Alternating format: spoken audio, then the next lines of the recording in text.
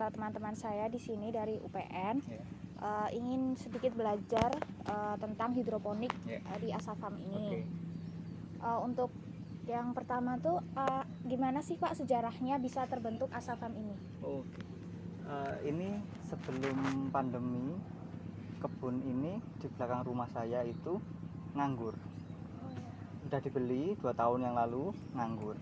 Terus setelah pandemi, karena saya kuliahnya online di rumah, nggak ada daripada di rumah nganggur, di rumah kebun nganggur, terus dibuatlah hidroponik sama greenhouse tanaman hias. Nah, khusus hidroponik ini dimulai Juni setelah Idul Fitri kemarin, jadi hampir 1 tahun.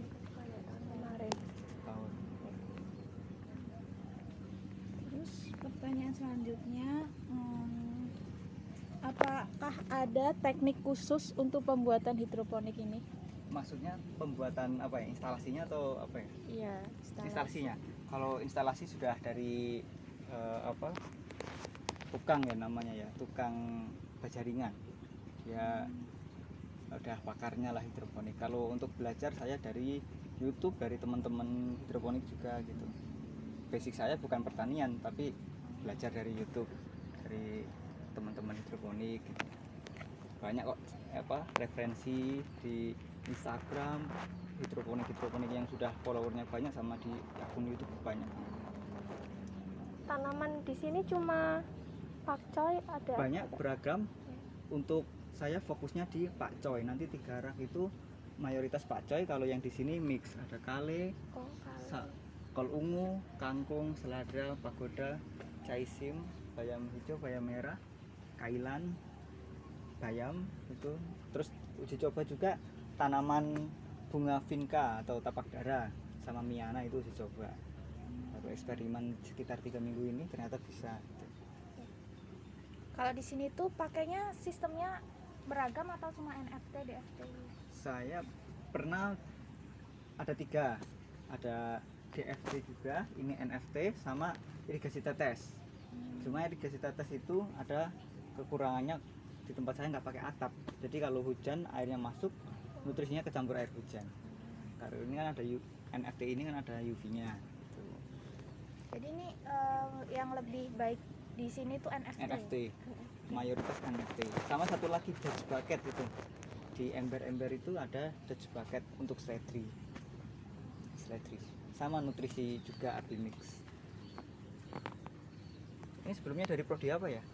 Dari agroteknologi. Oh, agroteknologi. Iya. Kemarin juga agroteknologi. Kalau enggak agribisnis misalnya. Terus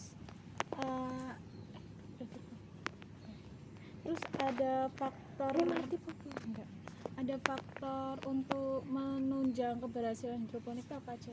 Oke, pertama berhasilan panen ya, karena sudah ada yang beberapa, khususnya pakcoy ada kontrak itu, nanti ada tangga produksi harus kontinu itu, jangan sampai pakcoy 3 rak yang sudah kontrak itu jangan sampai kebeli itu. Kalau untuk penanaman di sini karena sistemnya terbuka, nggak pakai greenhouse tertutup, kendalanya hama. Kalau untuk skala besar pakcoy itu ada yang pakai pestisida kimia skala dosis rendah, tapi kalau untuk yang umum seperti ini kale dan lain-lain, untuk skala rumah tangga itu tidak pakai kimia, pakai ramuan tembakau sama bawang putih sama cabai merah. Pakai yang nabati. Betul. Kalau yang tiga rak itu karena skala kontrak itu untuk pasar, jadi pakai kimia.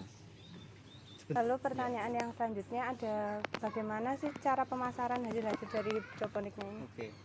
Kalau hidroponik semuanya kami dari Instagram. Terus dari 8 rak, 3 raknya itu kan sudah tadi kontrak ya, dia mitra kenalan dulu dari teman-teman, dia udah ambil kontinu. Kalau yang sisanya ini 3 rak ini kan mix, nggak homogen ya, itu dikit-dikit dari Instagram untuk marketingnya. Dan produksinya juga nggak banyak sih, cuma satu kotak kecil ini aja. Instagram untuk end user. Kalau yang partai besar itu sudah harga reseller itu satu orang megang Pak Coy aja. Dia supply ke toko sayur 24 jam. Ada beberapa di kota Jogja sudah 24 jam toko sayurnya. Tapi harganya juga beda nanti di toko sayur antara hidroponik sama konvensional. Pak Coy hidroponik yang di toko sayur jual per kilo sekitar 10 sampai 15 ribu. Kalau yang konvensional 5.000 sampai 8.000 setengahnya itu. Okay. Kalau untuk packingnya dan lain sebagainya Okay. itu gimana? Kalau untuk reseller langsung kresek aja, tapi kalau untuk end user di packing plastik satu-satu. Misal kale satu pohon, kalau Pak Coy satu pack isi 3, pagoda isi 1, kangkung isi 4 net pot, caisim sekitar isi 3 sampai 4 net pot, bayam juga gitu. Untuk pemula apakah ada tip atau trik gitu? Pemula ya,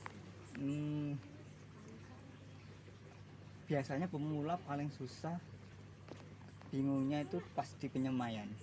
Dia itu antara nyemai terlalu banyak air, tenggelam air, atau belum tumbuh daun yang daun yang sudah inti gitu ya, bukan daun yang pemula itu dia langsung kasih nutrisi, jadi nanti mati lagi. Banyakan itu mayoritasnya kendalanya. Terus itu nutrisi, kadang tidak pakai TDS atau apa, airnya terlalu banyak nanti bantat, hijaunya hijau tua bantat gitu contohnya, nggak bisa tumbuh maksimal gitu. Saya pakai 4 sistem, NFT, DFT, irigasi tetes sama Dutch bucket.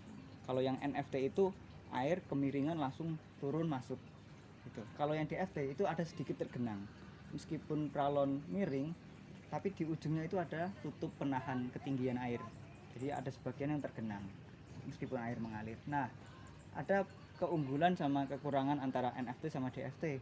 Yang pertama, kalau NFT kelebihannya oksigennya bagus karena full air mengalir.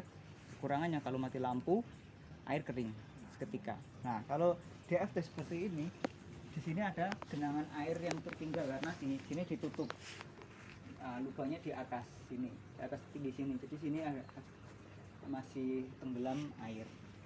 Kekurangannya nutrisinya tuh tidak terlalu banyak oksigen air nutrisinya, tapi kalau mati lampu masih bisa survive siang mau 24 jam bisa. Tapi kalau NFT mati lampu siang 2 jam langsung layu semua tanamannya, makanya harus segera disiram manual gitu. Kalau DFT biasanya pakai pipa yang besar, kalau NFT pipa kecil nggak apa-apa, cukup.